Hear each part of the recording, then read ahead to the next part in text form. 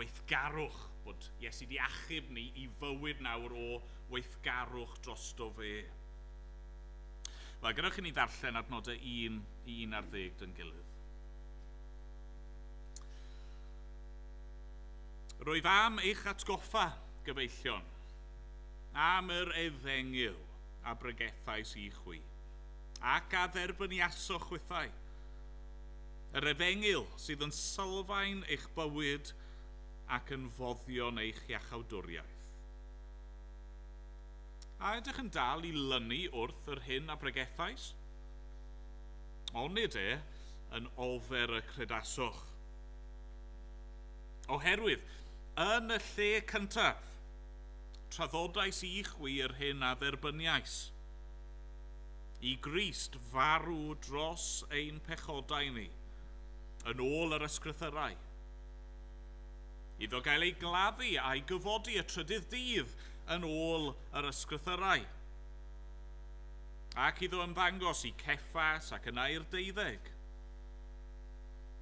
Yna ymddangosodd i fwy na 500 o ddilynwyr ar unwaith, ac mae'r mwyafrif ohonynt yn fyw hyd heddiw bod rhai wedi huno.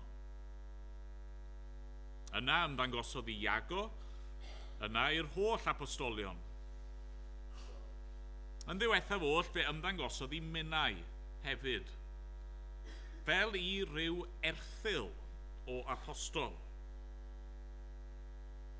Oherwydd y lleiaf o'r apostolion wyf fi, nad wyf deilwng i'm galw yn apostol, gan i mi erlyd eglwys Dduw. Ond, trwy ras Dduw, yr wyf yr hyn ydwyf, ac ni bu ei ras ef tuag ataf yn ofer. Yn wir, mi lafuriais yn helaethach na hwy i gyd. Eto nid my fi, ond gras Duw a oedd gyda mi. Ond pryn bynnag, ai my fi a'i hwy, felly yr ydym yn pregethu, ac felly y credasoch chwythau. Amen. Diolch i Dduw am ei air. Ni'n mynd i gael stori'r plant nesaf.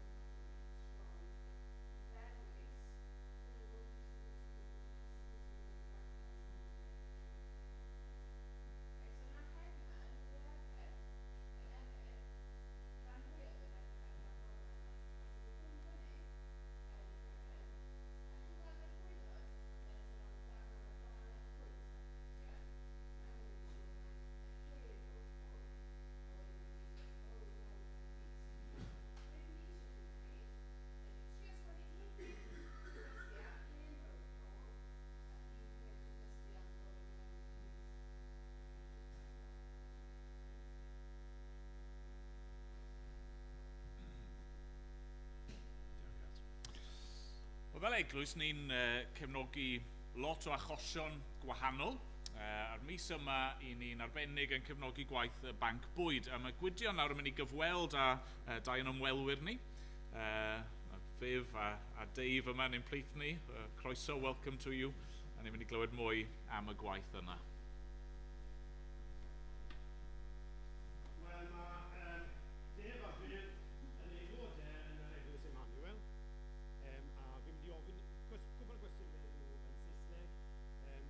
Having you with us.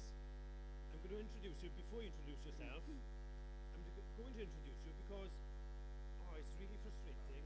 They worship in Emmanuel, just down the road there. And how should I introduce them? Well, literally, they are our brothers and sisters in Christ. And it would be lovely if we knew more of brothers and sisters. They're just down the road. And most of you most probably haven't met them and they haven't met you. So it's lovely having you with us this morning. I've got a few questions. First of all, introduce yourselves. Oh, thank you so much for inviting us this morning. I really appreciate your support as well and the collection you did for us last year. So as Gwydion said, we're Dave and Vic. We're members at Emmanuel on Gallwch, so on Gallwch Avenue, the churches. And we've been there 20-something years. And we're just ordinary church members, but we run the food bank on Friday morning. Dave, do you want to say, where are you from? Well, my parents were from South Wales. My dad was from Swansea, my mum from Pembrokeshire. Sadly, although my grandparents could speak Welsh, they never taught my dad. So I didn't learn. But I've lived most of my life in Wales and went to college in Bangor many years ago. Many years ago, we were in college together. I don't remember. But I wasn't not in the same college. He was a bit more intelligent. How did the work start with Emmanuel, with the food bank? Well, it was an odd thing really, because we didn't really mean to start a food bank. It kind of started by accident. We planned to do a Christmas meal in the church for people who were going to be on their own on Christmas Day. And they'd written to several supermarkets around asking if they'd like to donate anything to it. So I went up to one to pick up what I thought was going to be, I don't know, Christmas puddings and crackers or something maybe. And they had this huge pile, like a carload of stuff there. And I was like, oh no, I mean, that's not for me. I've just come for the Christmas Day stuff.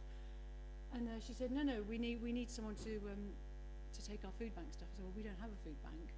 I said, good. Well, you know, we can't send it. It's 8 miles away. It's too far. We're not doing it. You're just down the road. You can have it. I said, but we don't have it anyway. You can see how it went.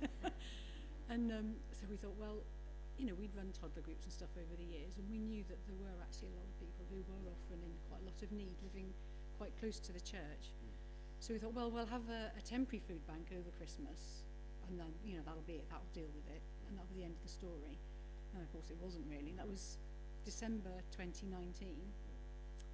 And what happened from it was we'd been running a community cafe for a year. Our two ministry trainees had been running it. We had not had a single person come in a whole year. And then somehow, when the word spread about the food bank, people also started coming to the cafe. Not the same people who were coming for food. That it wasn't the food that brought them in. It just seemed to open it up to the community. And suddenly the cafe filled up. And we've had so we had people coming for food bank on a Friday morning. But at the same time, you know, they go to the cafe as well, but then there's a whole group of other people as well who come to the cafe. So. Terrific. Could you tell us what typically happens every week on a Thursday, Friday? Yes, but I'd like to just say something else first. Yeah, by all means. Emmanuel has been on the Cwmpawd estate for over 50 years. And as most of you will know, it's a council estate. It had to have a church on the estate when the estate was built. There was a council requirement. But really, the church had marginal impact upon the estate. We were able to get lots of children into our children's and youth work. We were able to get some women in. We pretty much never ever got men in. And we weren't really well known on the estate, if the truth be told. One thing that has changed is, as a result of running the cafe and the food bank, we have many, many people who actually come in, and the majority of those who come on a Friday are actually men, which has been a huge encouragement, because over so many years we've been trying to get men into the church. But in terms of an answer to your question, what we do on a Friday, we have in one part of the building a free community cafe. Anybody can come to that. They don't have to have food from the food bank. Essentially they have a cup of coffee, piece of cake. Last Friday it was bacon and sausage sandwiches, so that went down very well. And people sit around tables and just chat. Hopefully, many of those conversations are presenting the Lord Jesus Christ to those who come. The other side of the building, we have the food bank. And we have approximately 30 people who come to the food bank every week, or most weeks. Now, they come in, we pack bags for them, they take the bags away. Those 30 people probably represent about 90 individuals when you take into account their families as well. So there's a lot of people, there's a huge demand for the food we've got. We often run out. But again, what we want to do, we're very happy to give people food, and we have people who are in tremendous need. And many of the people we actually serve have long-term health conditions. We have people coming in who are in tents by the river, so have very little to cook with as well.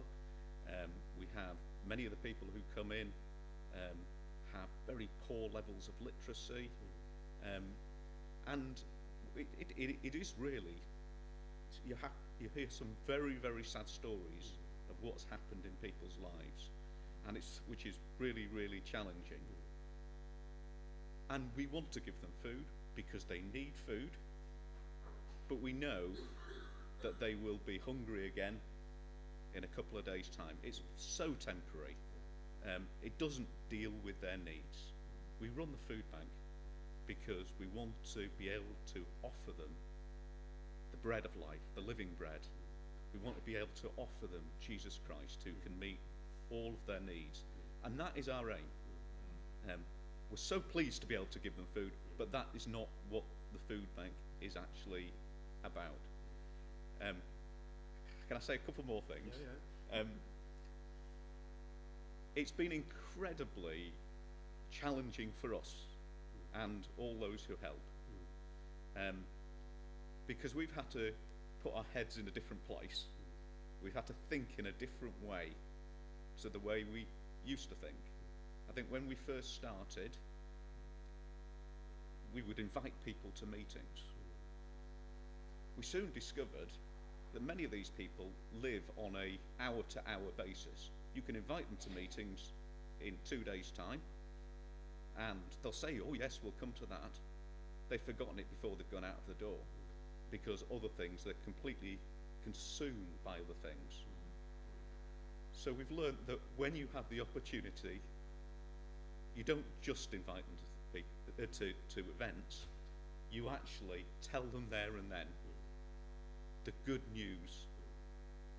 And what is remarkable is it is so different from talking to many people who perhaps have middle class backgrounds, because you don't need to tell them there's a God. They know that. You don't need to tell them that they're sinners. They know that. They see the wreckage of their own lives and know they need help. So you have the opportunity to simply present the Lord Jesus Christ. We don't get adverse reactions. They listen. We've been so grateful that a number of them have been coming into the services as well. And many of those are now expressing some interest. So, for example, Friday before last, one of the women came in before the food bank opened and said, "Would you please pray with me?"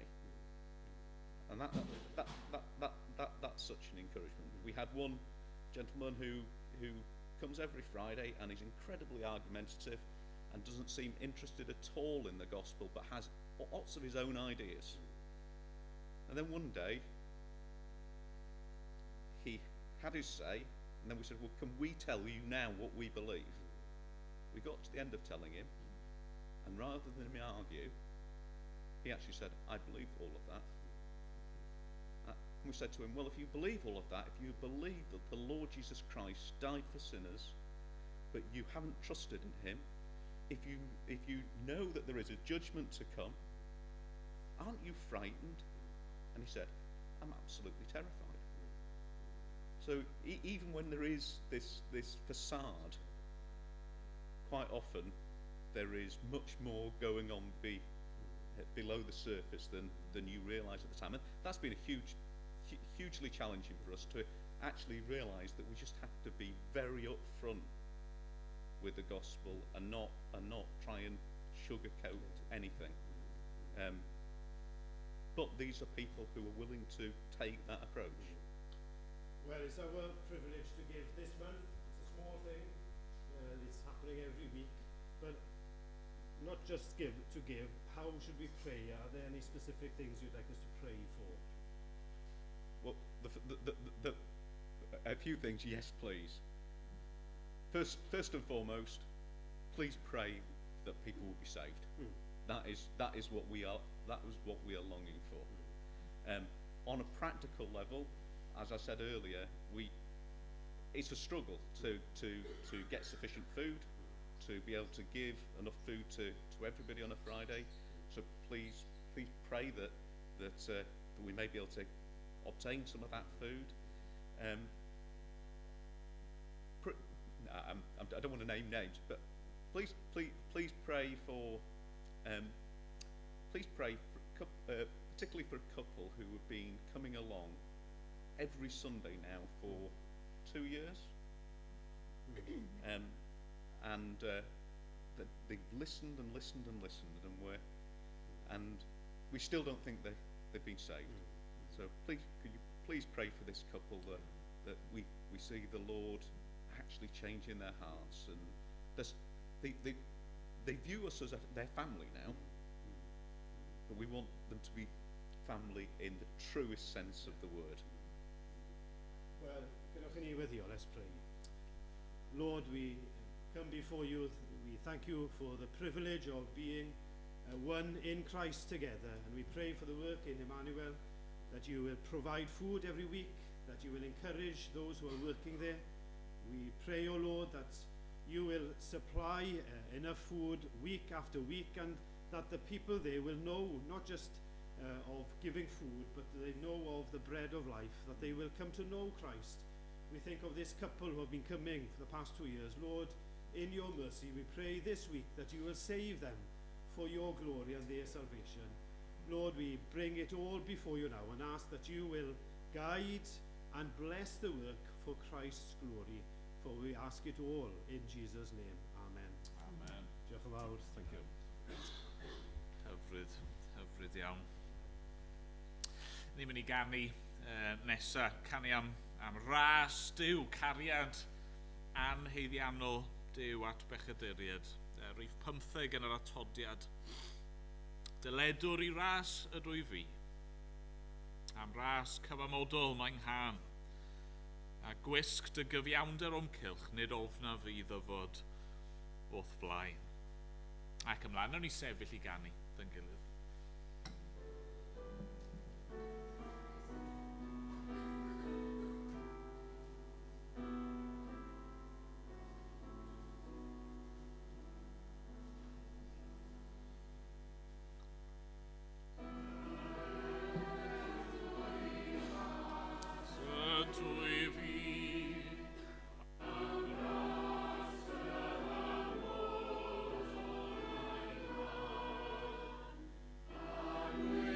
Gwisg dy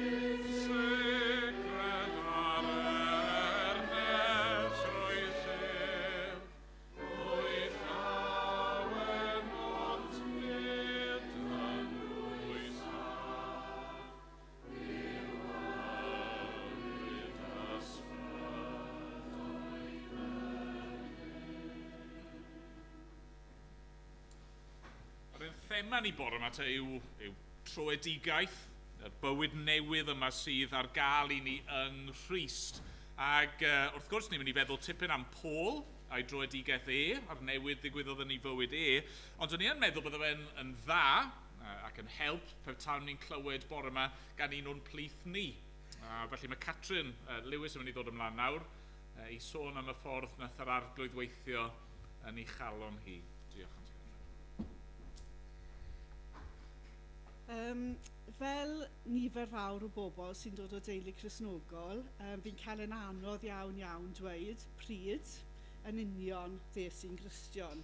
Ond wrth edrych yn ôl, fi yn gallu gweld rai cerrig camu a fel o Duw yn paratoi yng nghalon ni. Fi'n cofio fel plentyn, oedden ni'n darllen y Beibl a gweddio fel teulu bob nos. A fi'n cofio gwybod bod hwn yn rhywbeth pwysig iawn I wneud. O'n i'n gwybod bod mam a dad yn gweddio amdano fi. A bod dod yn Gristion yn rhywbeth pwysig iawn, bod bywyd ysbrydol a ffydd fy rieni y peth mwyaf pwysig iddyn nhw, ac o'n i'n gwybod bod hwnna angen bod yn wir amdano fi hefyd. Fi'n cofio fel plentyn bod mewn sawl cyfarfod a bod dan deimlad. Fi'n cofio'n enwedig cyfarfodydd Cymyn. Ni'n gwybod bod Iesu Grist wedi marw drosto fi ac o'n i'n ffeindio hwnna'n rhywbeth emosiynol iawn ac oedd hwnna wir wedi taro fi pwysigrwydd Crist yn marw.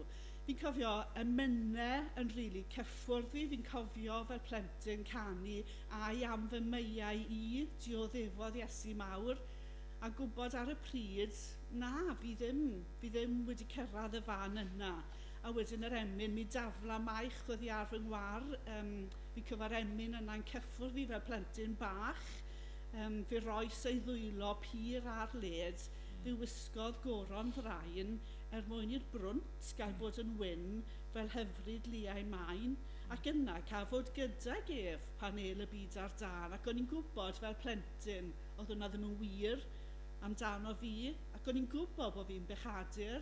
O'n i'n gwybod bod fi ddim yn ffrind da I blant yn ysgol. O'n i'n gwybod bod fi'n gallu bod yn heillu gyda mam a dad. O'n i'n gwybod bod fi'n gweud celwydd. O'n i'n gwybod bod fi ddim yn heiddi mynd i'r nefoedd.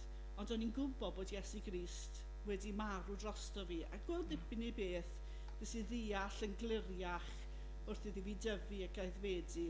A fi'n cofio dros y cyfnod yma gweddio sawl gwaith y bydde Duw yn achub fi, y bydde fi yn dod yn Gristion. Fi ddim yn siŵr os res i'n Gristion yr oedran yna. O'n I tua 8 neu 9 oed, fi ddim yn gwybod a dyna pryd des i'n Gristion. Ond fi'n cofio mynd I wersyll pan o'n i'n 11 oed. Ac oedd e'n wersyll bendithiol iawn a nes I ddod I gysylltiad a plant yr un oedran a fi ac o'n i'n meddwl maen nhw'n Gristnogion go iawn. O'n i'n gallu gweld oedd rhywbeth am ei ffydd nhw, oedd yn real, am ei perthynas nhw a Duw. Fi'n cofio mynd wedyn i'r gynhadledd a gweld Cristnogion hŷn a teimlo, fi ddim yn siŵr bod hwnna gen I, ac oedd hwnna wir yn poeni fi. O'n i'n edrych arno fi fy hun ac yn chwilio am arwyddion, ac o'n I ddim yn gweld, fi ddim yn gwybod beth o'n i'n disgwyl gweld, ond o'n I ddim yn gweld y peth yna yn do fi. Ar ddiwedd yr haf, aethon ni fel teulu ar wyliau I ffermdy Bryn Uchaf, bydd lot o chi'n gwybod amdano fe, Uncle John Aunty Mary yn Llanymawddwy. Ac o'n I wedi cyrraedd y pwynt oedd hwn wir yn poeni fi, o'n I wir yn Gristion neu beidio. A ryw brynhawn, o'n I yn yn stafell, o'n I wedi bod yn crio, o'n I wedi bod yn gweddio, oedd y peth wir yn poeni fi. Nath yn mam I ddod lan i'r stafell, ac oedd ganddi, oedd hi'n nabod fi dda, oedd ganddi far o siocled, a mae hi'n cynnig y siocled yma I fi, a nes I roi'n llaw mas I dderbyn a mae hi'n cymryd yn ôl. A wedyn mae'n cynnig eto I fi, ti eisiau siocled? Yn do, please. Nes I roi'n llaw mas I gymryd a nath I gymryd yn ôl eto. Nath I wneud y 2 gwaith, cynnig rhywbeth I fi, a cymryd yn ôl, ac o'n I ddim yn deall beth oedd yn digwydd. A wedyn nath mam ddarllen yr adnod yma o Iowan pennod 6, ni fwriaf allan byth mor sawl sy'n dod ata fi. A mae mam yn esbonio fi, os wyt ti'n gofyn i Dduw, bydd Duw yn rhoi i ti. Dwi ddim cynnig bywyd tragwyddol i ti, a bod ti'n gofyn amdano fe, a wedyn mae'n cymryd e nôl. Mae Duw yn ffyddlon, fe sy'n rhoi y bywyd, fe sy'n neud ti'n Gristion, gofyn a creda beth mae Duw yn dweud. Ac o'r pwynt yna ymlaen ges i sicrwydd bod fi'n Gristion. Fi ddim yn gwybod os dyna pryd ys i'n Gristion neu yn iau, ond o'r pwynt yna ges i sicrwydd bod fi'n Gristion. Ti ar un pryd, o'n i wedi symud i'r Rhydaman a oedd gen i athro ysgol Sul arbennig, Tad Rodri, Gareth Jones. A fi'n cofio ar y pryd Gareth yn y dosbarth ysgol Sul yn mynd trwy llyfr Daniel gyda ni. A nath hwnna rili siarad efo fi ynglyn â bod yn bwysig i fi nawr i sefyll fel Cristion fy hun. Bod fi ddim yn gallu dibynnu ar ffydd mam a dad, o Daniel yn fachgen ifanc wedi sefyll yn gryf. A o'n i'n gweld hwnna fel cam yn y mywyd Crisnogol i, bod Duw yn herio fi nawr i sefyll yn gryf fel Cristion fy hun. So mae hwnna, hanner can mlynedd yn ôl erbyn hyn, mae'n lot yn dweud. A fi'n Gristion oherwydd beth mae Duw wedi wneud, oherwydd bod Duw wedi bod yn ffyddlon, oherwydd bod fi wedi cael gras i gredu yn Duw a fe sydd wedi dal gafel ynddo fi. Diolch yn fawr. Dyn ni glywed fyna Iesu'n dweud, os oes rhywun yn dod ato fi, na i ddim i gwrthod nhw, na i ddim i bwrw nhw i ffwrdd. Ond ni'n mynd i ganu nawr, 304, Diolch, bechaduried clodion, clwyfus, cleifion o bob rhyw, Crist sy'n barod i'ch gwaredu, llawn tosturi yw mab Duw, nac amheuwch, abl ac ewell osgar yw. Nw'n ni sefyll i ganu.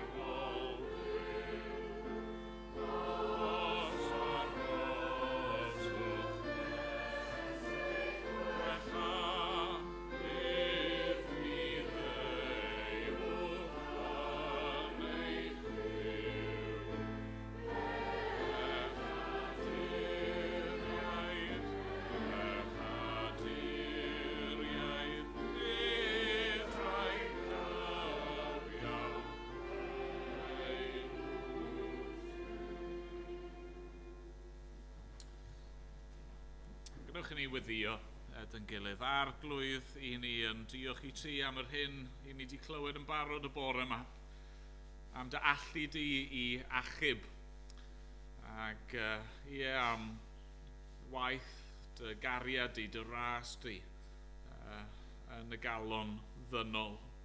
A Dad, ni'n gweddio bore yma a bydde di naill yn dod â rhywun yma y bore yma i gredu, a bydden nhw'n clywed y lais di yn galw arnyn nhw i ddod, a bydden nhw'n gweld fod yr arglwydd Iesu yn abo ac yn ewell ysgar, fod e'n gallu achub a fod e'n dymuno achub pob un ohono ni.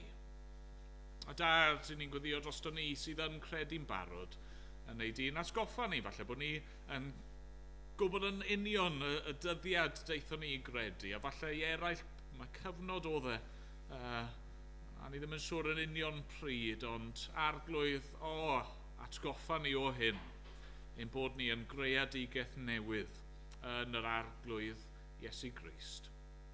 Dad, ni eisiau gweddio arnos i bore yma yn ymwybodol fod yn sil y cofio a arglwydd ni'n ni eisiau cofio a chydnabod a diolch i ti arglwydd am rhai sydd wedi rhoi bywyd nhw i lawr. Ac arglwydd ni eisiau meddwl bore yma a gweddio yn arbennig bore yma am y rheini sydd heddi yn dioddau mewn rhyfeloedd gwahanol. Dad, ni'n cysau rhyfel a thrais a drygioni a thywyllwch y byd hwn. Dad, ni'n gweddio dros y rheini sydd yn dioddau ar hyn o bryd, a bydde di yn agos iawn. Dad, ni'n gwybod mae'r hyn sydd ei angen yw troedigedd arglwydd, troedigaethau, bod angen i'r casineb yna sydd yng nghalonau cymaint i gael ei gymryd i ffwrdd. I ni angen i bobl i droi mewn ffydd at yr arglwydd Iesu Grist, ac iddo fe tywysog tangnefedd i ddod i weithio mewn calonnau heddiw. Arglwydd, awn wneud i hynny felly, os gwelid i fod yn dda. Dad, awn wneud i helpu ni nawr, wrth i ni edrych ar yr hyn mae Dad di ni ddweud. Dad yn agos. A bod ni'n gofyn yn enw'r arglwydd Iesu. Amen. Amen. Un tro roedd na ddyn, ac oedd eisiau ysgrifennu stori i'w hun, a felly dyma fe'n mynd yn eitha hen ffasiwn i'r drar ac yn cael dalen o bapur glân. Dyma fe'n eistedd i lawr wrth ei ddesg gyda beiro yn ei law. Mae'n dechrau ysgrifennu'r stori yma, ac i ddechrau mae'r geiriau yn dod, y syniadau yn llifo yn rhwydd, ond yna dyma fe'n sylweddoli bod wedi gwneud camgymeriad. Wedi camsillafu rhywbeth, a felly dyma fe'n sgriblo'r gair allan ac yn sgwennu yn gywir, mlaen â fe. Ond yna, chydig bach nes ymlaen, mae lawen llithro, ac nawr mae yna inc di mynd dros y papur. Ond mae'n cario ymlaen, ac nes ymlaen yn y dydd, mae'n un o'r plant yn dod i fewn. A heb fod y dyn yn sylwi, mae'r plentyn yn gosod cwpan o sydd oren ar y ddesg, a pan maen nhw'n codi'r cwpan o'na, mae yna nawr cylch oren reit yng nghanol papur. Wrth i'r dydd mynd ymlaen, mae'r geiriau jyst yn dod yn anoddach. Mae'n fwy o gamgymeriadau, fwy o sgriblo allan. Mae'n sylweddoli na, fi di mynd lawr rhyw drywydd anghywir fan hyn, a dwi ddim yn gwybod beth i'n neud, felly mae'n cymryd brec, mae'n mynd mas i'r ardd, falle cael bach o awyr iach. Mae'n dod nôl i fewn ac yn ffindo bod y ci wedi ffeindio'r stori a di bod yn cnoi ymyl y ddalen yma. Be mae'n mynd i wneud? Be nath e? Mae'n cymryd y papur, mae'n sgrwnsio fel an, taflu yn y bin, mynd i'r drar a cael dalen newydd ffres. Dyna sy'n cael ei gynnig i ni y bore yma. Dechrau newydd sbon. Bywyd newydd, sbon. Cael ein geni o'r newydd. Fel Cristnogion, ni ddim yn credu mae'r ffordd i gael ein hachub yw i newid y ffordd rydyn ni'n byw. Nid yr ateb i'n problem ni yw gweithio yn galetach. Dyn ni ddim yn mynd i ennill cariad Duw trwy geisio bod yn berson gwell. Na, mae'n problem ni yn llawer dyfnach na hynny, a felly mae angen ateb llawer fwy radical arno ni. Mae'n problem ni yn ein calon ni, a felly beth sydd ei angen arno ni yw calon newydd. Calon newydd yw'r hyn sydd yn arwain at newid cymeriad. Dyna oedd profiad yr apostol Paul. Yn adnod 8, ni'n darllen hyn. Ddiwethaf oll fe ymddangosodd i minnau hefyd fel i ryw erthyl o apostol. Oherwydd y lleiaf o'r apostolion o'i fi, i nad oedd deilwng i'm galw yn apostol gan i mi erlyd eglwys Dduw. Ond, trwy ras Duw yr wyf yr hyn ydwyf. Ofer. Yn adnod 8, mae Paul yn disgrifio ei hun fel erthyl o apostol, a mewn ffordd mae'n y ddau beth yn digwydd fan hyn. Yn gyntaf i gyd, mae Paul yn disgrifio profiad unigryw gafodd e. Mae'n sôn am y ffaith fod e wedi cael ei alw i fod yn apostol. Ac oedd y galwad yna yn un anarferol. Mae'r gair yma erthyl, yr un gair ag erthylu, y bosion. Mae'n cyfleu genedigaeth annaturiol. Mae'n gallu cael ei ddefnyddio ar gyfer plentyn sy'n cael ei enwi yn stillbirth neu miscarriage. Hynny yw unrhyw fath o enedigaeth sydd yn wahanol i'r norm. A mae Paul yn dweud, mae dyna oedd ei brofiad e. Falle mae dyna oedd y Corinthiaid wedi bod yn dweud amdano fe hefyd. Bod nhw'n yn bychanu Paul. Ti ddim fel yr apostolion eraill. Oedd y ffordd ges di dy alw yn wahanol iddyn nhw. A mae Paul yn dweud, wel, chi'n iawn. Fi yn erthyl o apostol, ond dyna ddigwyddodd. Nath Crist ymddangos i fi ar y ffordd i Damascus. Nath Crist fy ngalw i. Nath Crist fy nghomisiynu i. A nath Crist fy ngeni i. O'r newydd. Roi bywyd a dechrau newydd hyd yn oed i rywun fel fi. A felly bod yn rhywbeth anarferol ac unigryw fan hyn, mae Paul hefyd yn dangos ail beth i ni fan hyn, sef fod y Cristion yn gallu dechrau o'r newydd. Mae profiad Paul, bod yn apostol, yn adlewyrchu profiad pob un Cristion. Gall hyn fod yn wir i chi heddi. Gallwch chi, sy'n ots siwr ma'ch stori chi wedi bod yn mynd, a faint o mes ac amgymeriadau i chi wedi gwneud o'ch bywyd, gallwch chi gael dechrau newydd. Wel, y pwynt cyntaf i sy'n ei ystyried ychydig yn fanylach te nawr yw hen fywyd Paul. Hen fywyd Paul. Mae Paul yn crynhoi yn dydy yn adnod 9. Y lleiaf o'r apostolion o'i fi, i nad oedd deilwng i'm galw yn apostol, gan i mi erlyd eglwys Dduw. Falle bod rhai ohono ni bore yma ddim yn gwybod rhyw lawer am Paul, neu Saul, fel oedd e hefyd yn cael ei alw. Nath Catrin gyffwrdd arno fe yn y stori plant, ond o.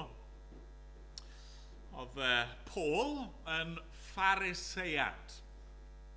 Be mae'n golygu yw fod e yn aelod o'r grŵp mwyaf caeth, mwyaf llym, mwyaf gofalus o ran dilyn y gyfraith Iddewig. Oedd e'n arbenigwr, yn expert mewn crefydd a thraddodiad. Oedd Paul yn gwybod yr Hen Testament a'r gyfraith tu fewn a thu fas. Ac oedd e'n ymddwyn fel petai modd cadw'r gyfraith. Ac oedd e'n meddwl fod e'n gallu cyfiawnhau ei hun ger bron Duw trwy'r ffordd oedd e'n byw. Nawr falle bod hwnna'n sôn yn gyfarwydd i rai ohonon ni bore yma. Yn sicr, fi'n siŵr bod ni gyd yn nabod pobl fel hyn, ond os ni yn onest, falle bydd lot ohonon ni yn gweld yr agwedd yma yno ni'n hun. Mae llawer o bobl yn ceisio byw mewn ffordd parchus, dilyn y ddeddf, dilyn traddodiad. Ni ddim yn dwyn gan eraill, ni ddim yn meddwi yn racs, ni ddim yn ymladd gydag eraill, ni ddim yn twyllo, ni ddim yn dweud celwydd, neu o leia ni ddim yn gwneud y pethau yna'n gyhoeddus pan mae pobl eraill yn gallu gweld.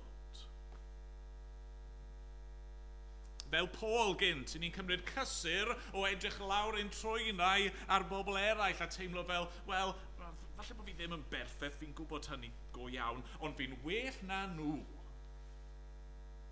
A ni'n helpu pobl eraill pan ni'n gallu, yn rhoi i achosion da, yn trial ein gorau rhan fwyaf o'r amser, a felly yn meddwl bod ni'n deilwng o gariad Duw. Ac ie, fel Paul, wedi twyllo'n hunan i feddwl bod ni yn gyfiawn ger bron Duw sanctaidd. Ond mae yna rhywbeth diddorol am Paul yn does. Oherwydd ei frwdfrydeddau dros Dduw, ac oherwydd ei selau dros y gyfraith, oedd Paul wedi gwneud lot o bethau erchyll. Pethau ofnadwy. Pethau byswn ni heddiw ddim yn cysylltu gyda parchusrwydd. Oedd e wedi erlyd yr eglwys. Oedd e wedi cydsynio i ladd Steffan, y Merthyr cyntaf. Oedd e wedi ymroi i bygwth Cristnogion a taflu dilynwyr Iesu i garchar neu i gael eu penydio neu i gael eu lladd. Nawr eto, falle bod hyn yn swnio'n gyfarwydd i rai ohono ni. Ac yn sicr gallwn ni feddwl am bobl tebyg i hyn. Mae'r newyddion yn llawn enghreifftiau yn dydy o yr ymddygiad eithafol drygionus yma. Pobl yn gwneud ac yn dweud ac yn edrych ar bethau dylsyn nhw ddim. Pobl yn brifo ac yn camdrin ac yn lladd eraill. A falle bod chi'n gyfarwydd â hyn eich hun. Mae yna rhyw dywyllwch yn y galon ddynol, rhyw capacity i drygioni yno ni i gyd. A mae'n bosib iawn bod yna rhywun yma bore yma, chi mor ymwybodol o hyn. Chi'n teimlo'r euogrwydd a'r cywilydd yna. Mae Paul fan hyn yn esiampl wych i ni yn dydy. Esiampl eitha unigryw o berson sydd ar un ochr yn hynod o barchus a di trial achub ei hun trwy ei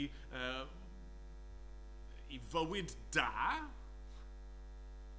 ond sydd ar yr un pryd yn euog o gyflawni troseddau ofnadwy.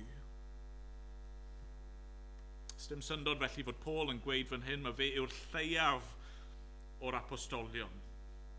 Sdim syndod mewn arall bod yn cyfeirio at ei hun fel y blaenaf neu'r mwyaf o bechaduriaid. Mae'r Beibl yn dweud bod rhaid i ni gyd ddod i'r man yma. Gweld ein hunan yn y ffordd yma. Mae rai Cristnogion yn y gorffennol wedi cyfeirio at hyn fel bwlch yr argyhoeddiad. Hynny yw, yr pwynt yna lle ni'n cael ein gwasgu ac yn sylweddoli siwr i ni go iawn. Gerbron Duw cyfiawn, gerbron Duw sanctaidd, gerbron Duw pur. Na peidio twyllo'n hun bod ni yn ddigon da yn y nerthyn hun, a dod yn ymwybodol o ddyfnder ein drygioni ni.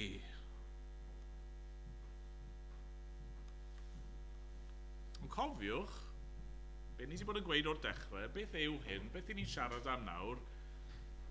Hen fywyd Paul. Hen fywyd Paul. A felly mae'r geiriau yma yn rhai llawn gobaith i ni. Mae'r arglwydd yn caru pechaduriaid. Mae'n casau pechod, ond mae'n caru pechaduriaid. A mae wrth ei fodd yn dangos ei fawredd, a'i ras, a'i drigaredd trwy achub pobl sydd yn ymddangos yn gwbl anobeithiol. Fi'n siŵr bod ni gyd i gweld rhyw ysbyseb ar y teledu rhyw dro. Ysbyseb am rhyw cleaning products, pethau i olchi a glanhau. Sut maen nhw'n dangos fod y peth yna'n gweithio? Ydyn nhw'n cymryd plat glan a wedyn yn golchi gyda'r sebon special yna? Nagyn. Na, dwi'n ddim yn dangos dim byd ydy mewn ffordd. A be maen nhw'n neud yw cymryd yr pans neu'r potiau mwyaf brwnt efo'r bwyd i sychu a caledu neu llosgu arno fe, a wedyn yn dangos oedd mae i deunydd nhw yn gallu dod fe nôl i edrych yn newydd. A dyma newyddion da sydd yn ni bore yma, ni'n gweld mor amlwg, mor fyw trwy profiad Paul. Dim os pa mor isel i chi wedi suddo. Dim os pa mor bell i chi wedi crwydro. Dim os pa mor frwnt na eio gyda chi. Dim os pa mor hunan gyfiawn a balch chi di bod.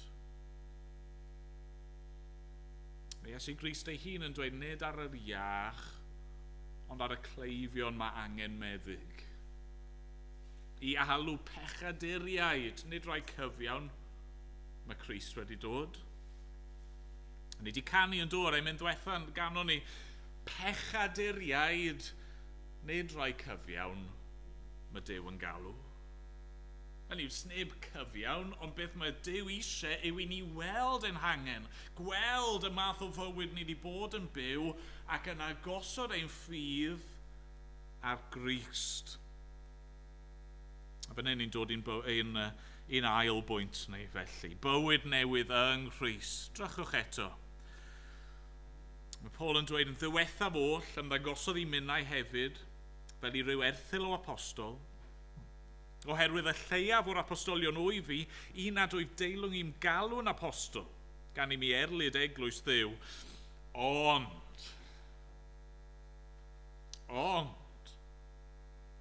trwy ras Duw, yr wyf yr hyn y dwyf, ac ni bu ei ras ef tuag ataf yn ofer.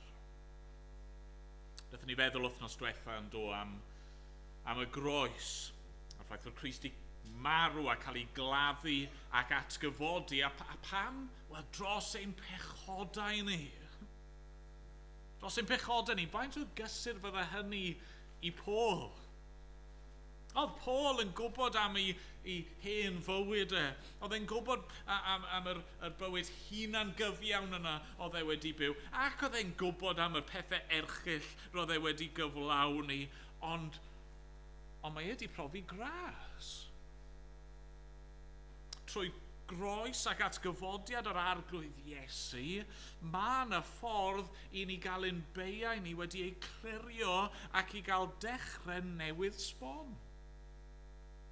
I ni'n gallu taflu'r hen fywyd yna yn y bin a dechrau bywyd newydd. Oedd e'n car ni yn y garage wythnos yma. Just mynd mewn am MOT. Os oes car dych chi, maen nhw'n bethau odd yn ddyn nhw. A chi'n prynu'r car yma, wel, os chi'n ddigon cyfoethog, chi'n prynu yn newydd. Mae lot o'n ni jyst yn prynu mor newydd ag y gallwn ni. A wedyn mae'r gêm yn dechrau. Y gêm o pa mor hir ni'n gallu cadw'r peth yma i fynd. Ac bob blwyddyn, mae'n MOT a service a rhywbeth fel yna, mae'n aml iawn pethau newid, o leia tyres, neu brake pads, neu mae'n cam belt, neu mae'n clutch yn mynd, a chymod, bulbs, mae'n wastad rhywbeth, a fel fi'n gwybod, mae'n troi mewn i rhywbeth o gêm yn dydy. Pa mor hir Faint o arian fi'n mynd i orfod gwario tro yma. A pryd yn ni'n mynd i gyrraedd y pwynt yna, lle does dim gwerth gwario arno fe mwyach. Lle chi'n gorfod derbyn na, mae'r car yma jyst angen mynd i'r scrap. A ni angen dechrau to. A mae hynny'n bosib efo car. Ni'n gallu dechrau eto. A mae hynny'n bosib efo eich ffôn symudol chi pan chi'n gollwng a mae'r sgrin yn torri, neu pan mae'r apps yn cael ei diweddaru, a mae'r ffôn yn mynd yn rhy slow nawr, a'r batteri'n mynd. Chi'n gallu cael ei newydd, a mae hynny'n gweithio gyda dillad pan chi wedi bod yn gwisgo'ch hoff ddilledyn chi am flynyddoedd, fel fi'n hoffi wneud, ond yn y diwedd mae'r tyllau jyst yn mynd yn ormod, a maen nhw'n gorfod mynd i'r bin, a chi angen mynd i siopa eto. Chi'n gallu neud hynny gyda gymaint o bethau, ond beth am eich enaid chi? Sut gallwn ni ddechrau yn newydd efo'n bywyd ni? Wel, yr ateb wrth gwrs yw mae'n rhaid i'ch geni chi o'r newydd. A gallwch chi ddim cael dechrau gwell na hynny, gallwch chi? Cael eich ail eni. Mae'n siŵr bod ni gyd wedi cael y profiad o ddal babi bach newydd ei eni. Maen nhw'n hyfryd ydyn nhw.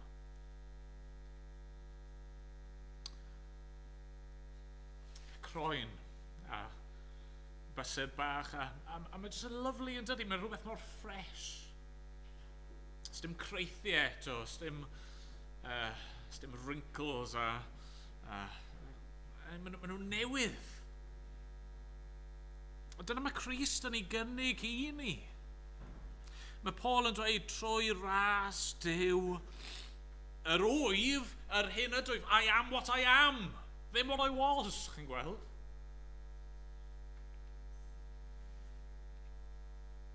Os chi'n Gristion, chi ddim yr un person mwyach. Chi'n ei cael eich ail greu. Ar lun a delw ar arglwydd Iesu Grist. Pan chi'n meddwl nôl i cyn i chi gael eich achub, nid dyna ydych chi mwyach. Chi'n berson gwahanol. Sdim rhaid i chi feddwl nôl ar yr hen fywyd yna a teimlo cywilydd ac euogrwydd mwyach. Ydych chi'n gallu difaru?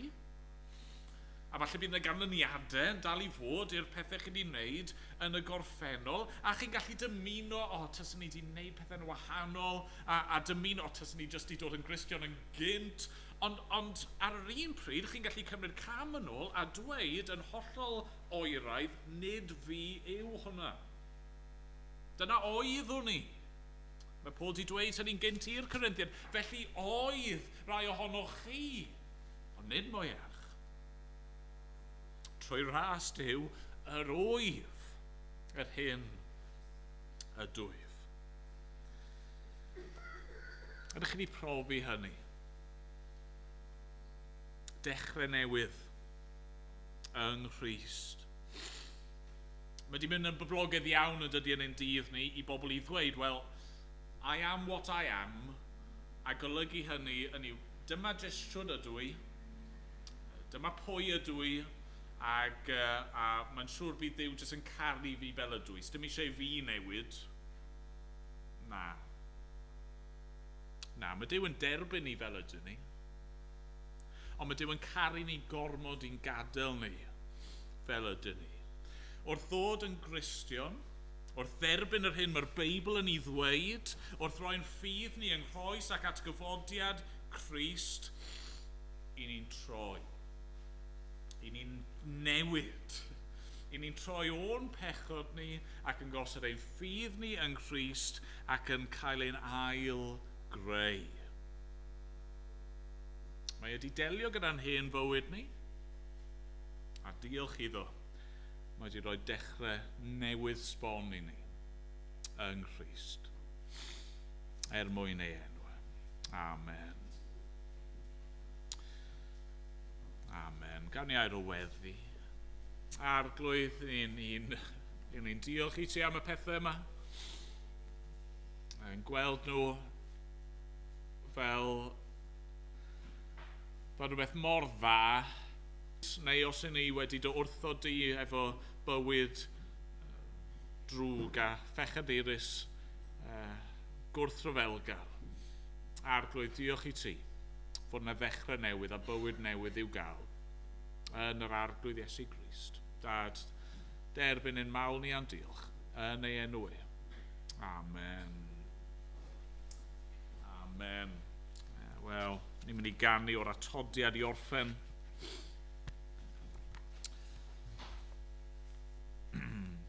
Golchwyd Magdalen yn ddisglair a Manasse ddi yn wyn yn y ffynon ddaeth o galon Iesu ar Galfaria fryn. Pwy a wyr na olchi'r finnau? Pwy a wyr na byddaf byw? Ffynon weidlyd pen Calfaria llawn o rinwedd dwyfol yw a yr ail bennill yn dweud hyn. Gwneir fy'n golchi'r unau, gwn mi o'n y byddaf byw. Ffynon weidlyd pen Calfaria ilch fy meiau diau lliw. Do, fe olchwyd Sôl o Darsus yn y ffynon daeth yn wyn. Golchi'r finnau ddyn trienus, molaf Iesu byth am hyn. Nawn ni sefyll i ganu.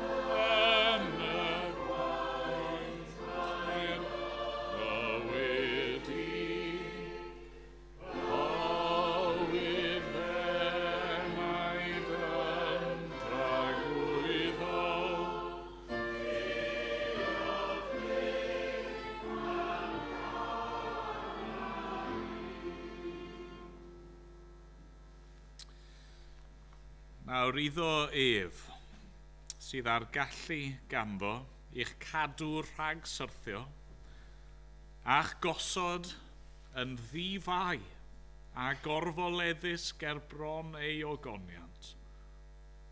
Iddo ef yr unig dduw, ein gwaredwr, trwy Iesu Grist ein harglwydd, y byddog ogoniant a mawrhydu, gallu ac awdurdod, cyn yr oesoedd ac yn awr a byth bythoedd. Amen.